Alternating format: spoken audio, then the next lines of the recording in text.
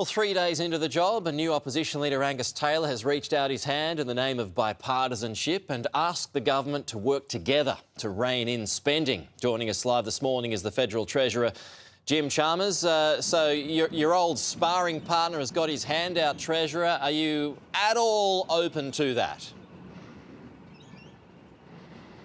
Oh, good morning, Pete. Look, this is just the same old predictable stunt from the same old predictable Liberal Party. The Liberal Party hasn't changed a bit, hasn't learned a thing. Angus Taylor is the architect of the Liberal Party's policy for higher taxes on workers, bigger deficits and more debt. After the way he failed as Shadow Treasurer, he should be let absolutely nowhere near a budget. He is the last person that anyone should be taking advice from or lectures from when it comes to the budget position or spending restraint, given how badly he failed as Shadow Treasurer.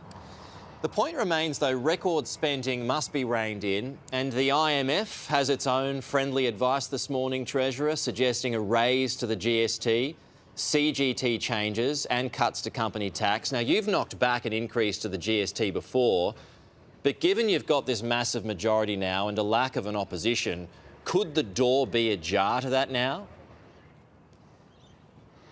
Well, a couple of things about your question, Pete. I mean, first of all, we got spending as a share of the economy down from almost a third of the economy to closer to a quarter of the economy. We know that there's more work to do, but that spending restraint is one of the reasons why we've delivered two surpluses, the biggest ever positive turnaround in the budget since Federation. And got the Liberal debt down by $176 billion. So that's on the spending side, on the fiscal side. Now, when it comes to the recommendations of the International Monetary Fund, that IMF report overnight was a stunning endorsement of Australia, but also the government's economic plan, whether it's our management of the budget or our reform agenda as well.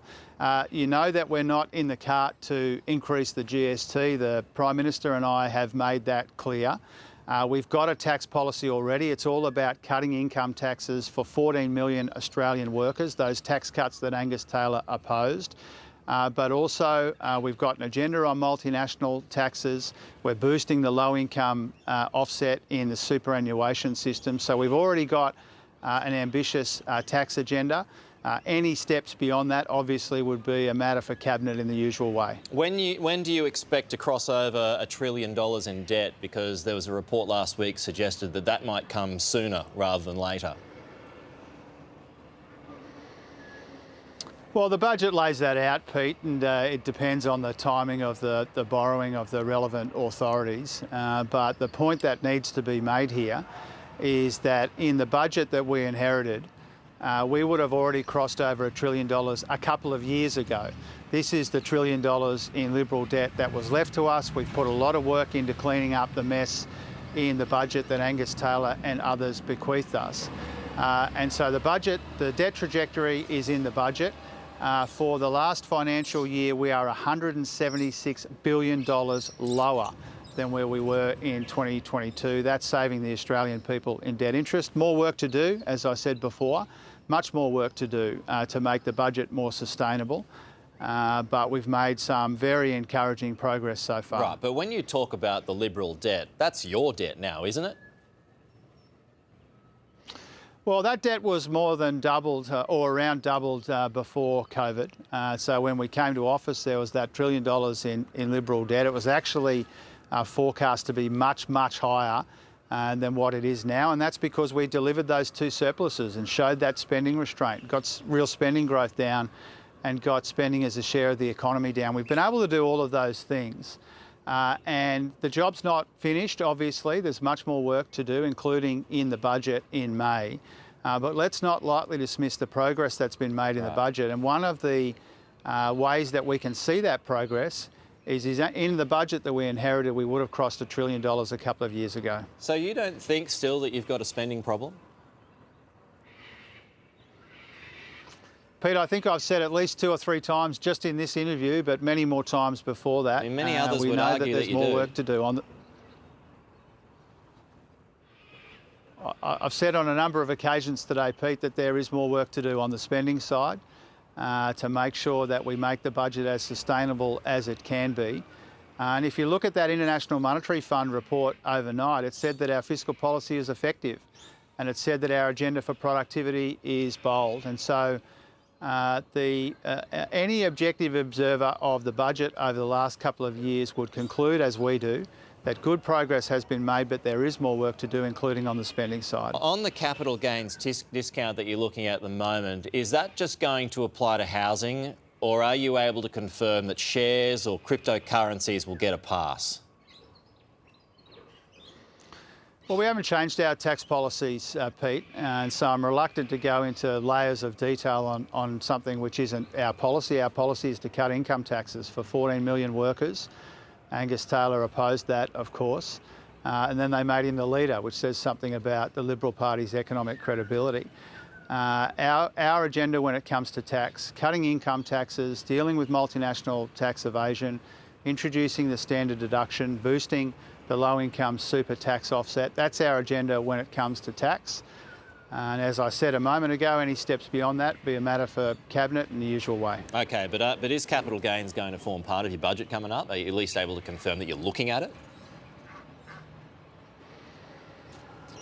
Oh, Pete, this far out from the budget, remembering that we don't write or finalise the budget at the start of February, we finalise the budget at the start of May.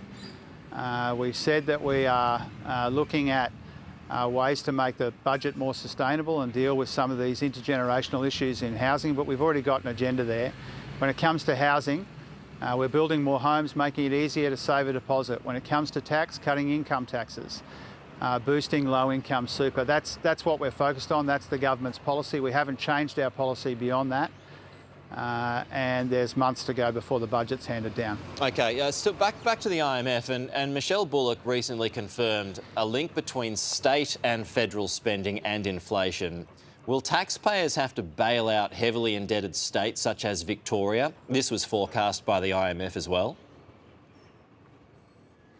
Well, first of all, the Reserve Bank Governor made 2 points, both of which I agree with. The first one was that public demand is part of aggregate demand. That's not an especially controversial position. That's not contested by anyone. But she made the point that the reason we saw that tick up in inflation towards the end of last year, the thing that changed in their estimation was that the private sector came back stronger.